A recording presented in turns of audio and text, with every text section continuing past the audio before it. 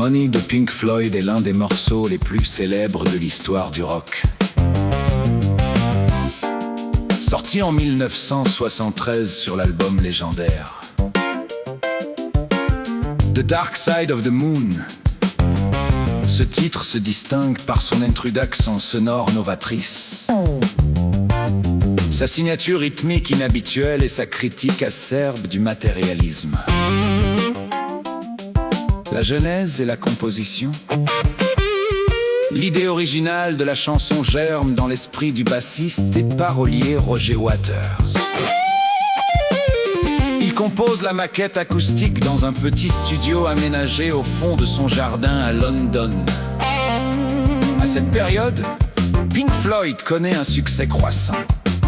Et Waters commence à s'interroger sur son propre rapport à la richesse, à la célébrité et au piège du capitalisme. Sur le plan musical, Waters choisit une structure inhabituelle, une mesure en 7/4.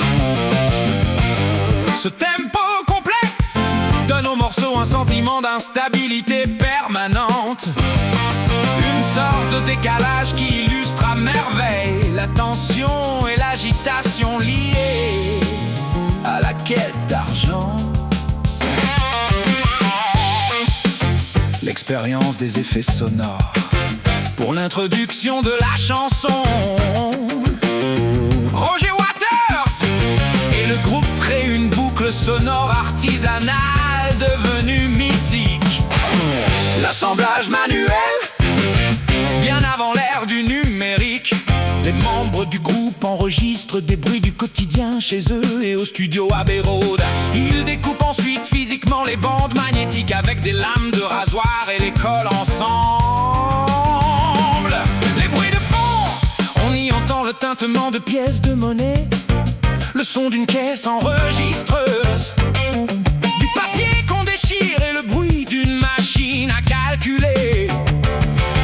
La boucle physique, la bande était si longue qu'ils ont dû l'attendre à travers le studio en la faisant tourner autour de pieds de micro et de tasses à café pour maintenir la tension pendant le mixage.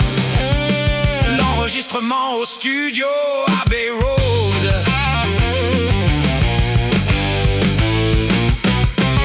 En juin 1972, le groupe s'attelle à l'enregistrement définitif du morceau avec l'aide du jeune ingénieur du son Alan Parsons. Sous l'impulsion du groupe, le titre prend une tournure plus dynamique et plus axée sur le blues rock. Le solo de guitare.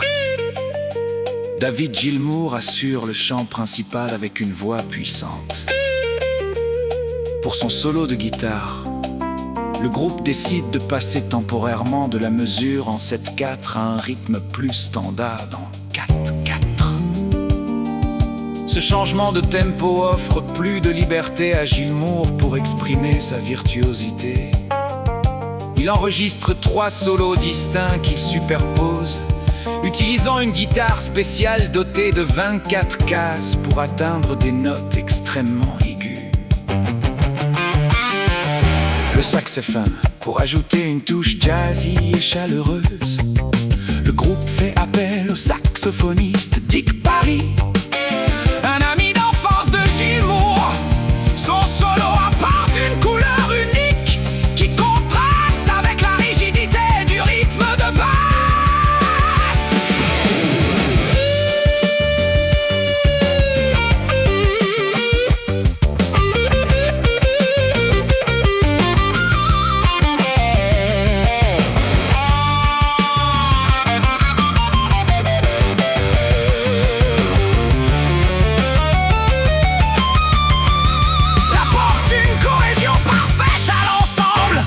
Succès commercial paradoxal, sorti en single aux États-Unis en mai 1973.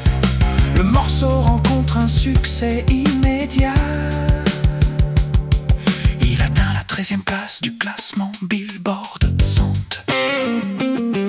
devenant le tout premier véritable tube radio du groupe sur le continent américain. L'impact de ce single catapulte l'album